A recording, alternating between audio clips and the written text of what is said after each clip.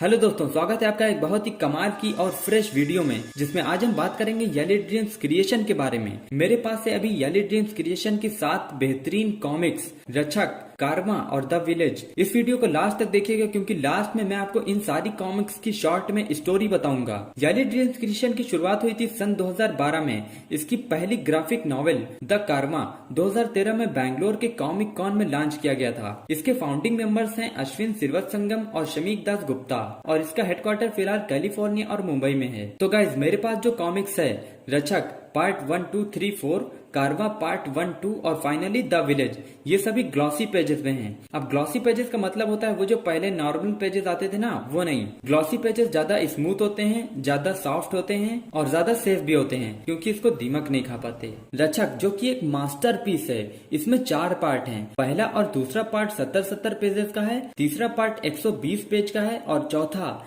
यानी कि final part 85 page का है। इसकी स्टोरी लिखी है शमीक दास गुप्ता ने। कास्ट एंड क्रू की डिटेल्स आपको कॉमिक्स के अंदर मिल जाएगी। द कारवां ये एक दिल दहला देने वाली और धरती हिला देने वाली कॉमिक सीरीज है जिसमें 2 पार्ट हैं। पहला पार्ट 82 पेज का है और दूसरा पार्ट भयंकर 128 पेज का है। इसको भी शमीक दास गुप्ता जी ने ही लिखा है। द विलेज, ये स्टोरी आप पढ़ेंगे तो डेफिनेटली आपके रोंगटे खड़े हो जाएंगे क्योंकि ये एक थ्रिलर हॉरर कॉमिक्स है। इसमें 135 पेजेस हैं। इसकी भी स्टोरी शमीक दास गुप्ता जी ने ही लिखी है। पूरी क्रू की डिटेल्स आप वीडियो पॉज करके पढ़ सकते हैं। बात की जाए अगर कवर की और साइज की, तो रक्षक और द विलेज का साइज तो सेम है, लेकिन कारवा के दोनों बुक का साइज छोटा है, जिसमें कारवा पार्ट 2 का साइज भी बड़ा है और इसमें पेजेस भी ज्यादा हैं। मतलब मजा ही मजा। रक्षक के पार्ट 2, 3 और 4 को कहा गया ओरिजिन सीरीज और चारों पार्ट को मिलाकर कहा गया सीजन 1, क्योंकि अगर सीजन 2 आना ही नहीं होता तो यहाँ पर सीजन 1 लिखने की जरूरत ही नहीं पड़ती। और कहानी में भी हमें कई बार ऐसे रेफरेंस देखने को मिले हैं जिससे पता लगता है कि सीजन 2 तो आएगा ही आएगा। हर कॉमिक्स के फ्रंट में आप रेटिंग देख सकते हैं, कौन सा पार्ट है ये देख सकते हैं, और बैकग्राउंड में आपको पता चल जाएगा कि प्राइस क्या है, और साथ ही छोटी सी समरी जिससे आप कहानी को रिमाइंड कर सकते हैं। तो अब आ जाते हैं कहानी पर। इसकी कहानी सेट है साउथ इंडिया के 2 छोटे से गांव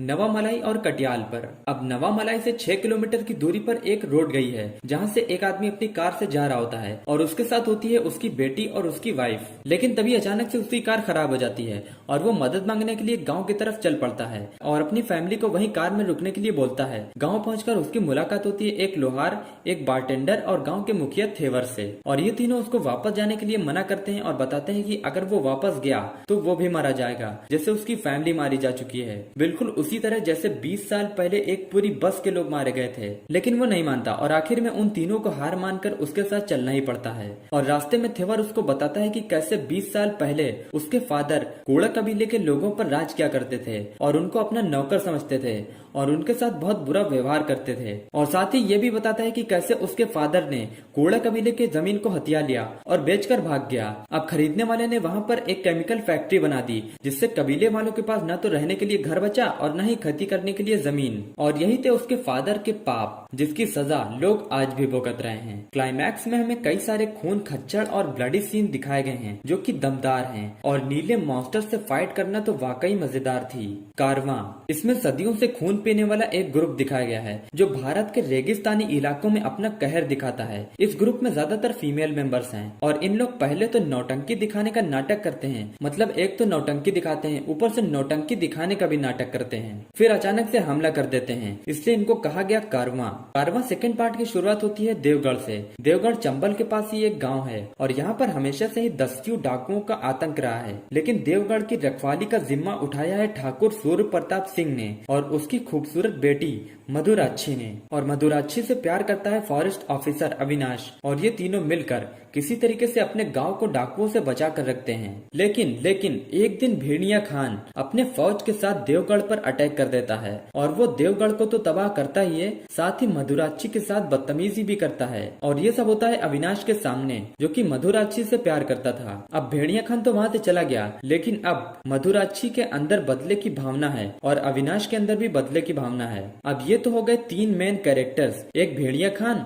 दूसरा अविनाश और तीसरी मधुराक्षी। और चौथी कैरेक्टर आती है हमारी कारवां पार्ट 1 से, जो है खून पीने वाले ग्रुप की लीडर जिसका नाम है भैरवी। अब मधुराची भेड़िया खान से बदला लेने के लिए भैरवी को किसी तरीके से अपने टीम में शामिल कर लेती है और यहीं से स्टार्ट होता है खून खराबा। इसलिए ये कॉमिक्स बच्चों के लिए तो बिल्कुल भी नहीं है। अब क्योंकि कारवां मैच्योर कंटेंट वाली कॉमिक्स है, इसलिए इसमें कई जगह अपशब्द का इस्तेमाल किया गया है। अब बारी आती है रक्षक की। तो रक्षक इंडिया का एक न्यू सुपर हीरो है जिसके पास उड़ने की पावर नहीं है और न ही वो कोई मॉन्स्टर बन जाता है और न ही तूफान ला देता है। ये एक हीरो है, जैसे आपने ग्रीन एरो को देखा होगा, बैटमैन को देखा होगा या फिर वो वॉच डॉग वाला गेम खेला होगा, तो उसी तरह। इसीलिए इस पूरी सीरीज का नाम है ए हीरो अमंग अस, मतलब हमारे बीच में रहने वाला एक सुपर हीरो। अब जो रियल नेम है उसका नाम है आदित्य शेरगिल। कैप्टन आदित्य शेरगिल सेना में एक सोल्जर था और उसने लड़ाई के दौरान अपना एक हाथ खो दिया था और उसकी एक बहन है जिसकी शादी हो चुकी है और उनकी एक बेटी भी है और वो तीनों फॉरेन में रहते हैं। लेकिन जब उसकी सिस्टर को पता चलता है कि उसका भाई रिटायर हो गया है, तब वो वापस इंडिया आ जाती है।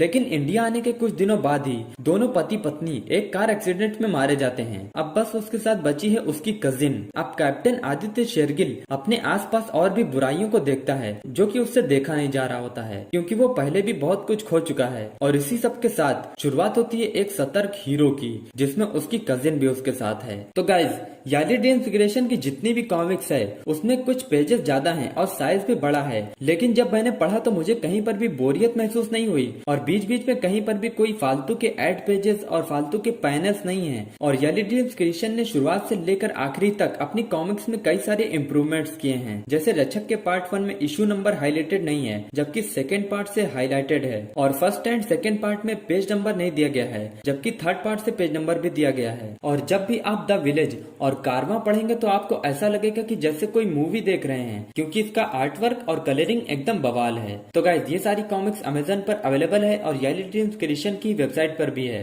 द विलेज और रक्षक सिर्फ इंग्लिश में आई है, जबकि कारवां हिंदी और इंग्लिश दोनों लैंग्वेज में पब्लिश हुई है। लेकिन मैं यहाँ पर आपको पर्सनली सजेस्ट करूंगा हिंदी वर्जन, क्योंकि हिंदी वर्जन मेरे ख्याल से कहीं बेटर है इंग्लिश वर्जन से।